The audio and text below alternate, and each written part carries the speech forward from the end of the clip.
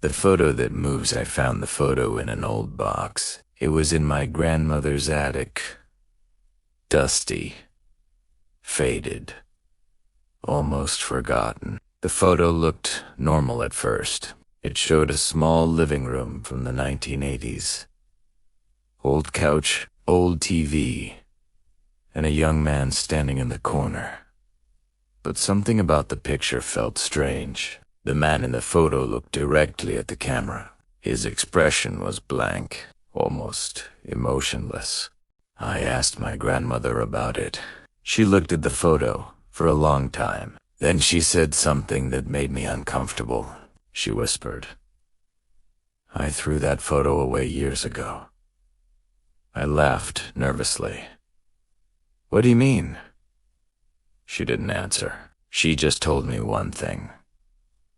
"Don't keep it in your room." Of course, I didn't listen.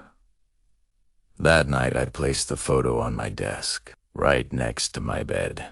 Before sleeping, I looked at it one last time. The man in the photo was still standing in the corner of the room, exactly the same.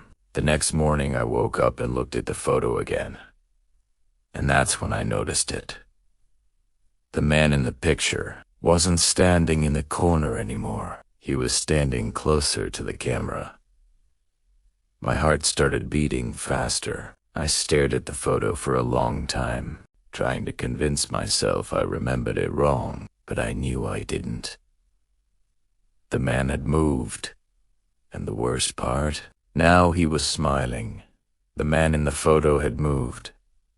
I was sure of it. Last night, he was standing in the corner of the room. Now he was much closer to the camera. And he was smiling, a slow, creepy smile. My hands started shaking as I picked up the photo. Maybe I was imagining things. Maybe my memory was wrong. So I decided to take a picture of the photo with my phone, who's to be sure. That way, I could compare it later. I placed the photo back on my desk and went to work. But the entire day I couldn't stop thinking about it. Something about that man felt wrong. That night, when I returned home, the first thing I did was check the photo again. The moment I looked at it, my stomach dropped. The man had moved again. This time, he wasn't standing in the living room anymore. He was standing in the hallway, behind the camera. Almost like he was walking out of the photo. I quickly grabbed my phone and checked the picture I took earlier. In the phone photo, the man was still in the living room. Exactly where he had been in the morning, but in the real photo on my desk. It was closer, much closer. Then suddenly something even worse happened. The lights in my room flickered. For a second, everything went dark. When the lights came back on, I looked at the photo again, and my heart nearly stopped, because now the room inside the photo was completely empty. The man was gone, and right behind me, I heard slow footsteps. The photo was empty. The man was gone. My hands started shaking as I slowly turned around. The room behind me looked normal. My desk, my bed, the door. Everything was quiet, too quiet. For a moment I thought maybe I imagined the footsteps.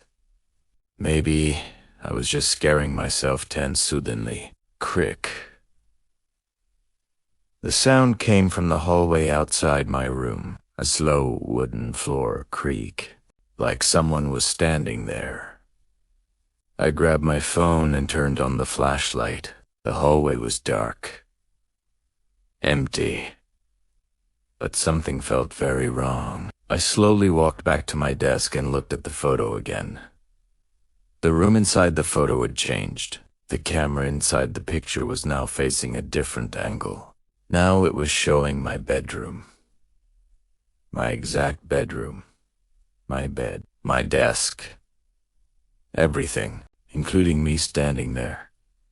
My heart started racing. I stared at the tiny version of myself inside the photo. Tin Sudanly. A shadow appeared behind the tiny version of me. Tall, still, watching.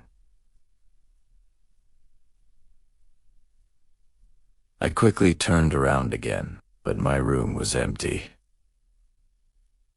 When I looked back at the photo one last time, the tiny version of me was gone. Only the shadow remained.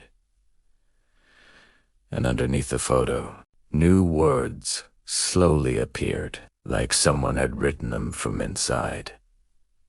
Your turn.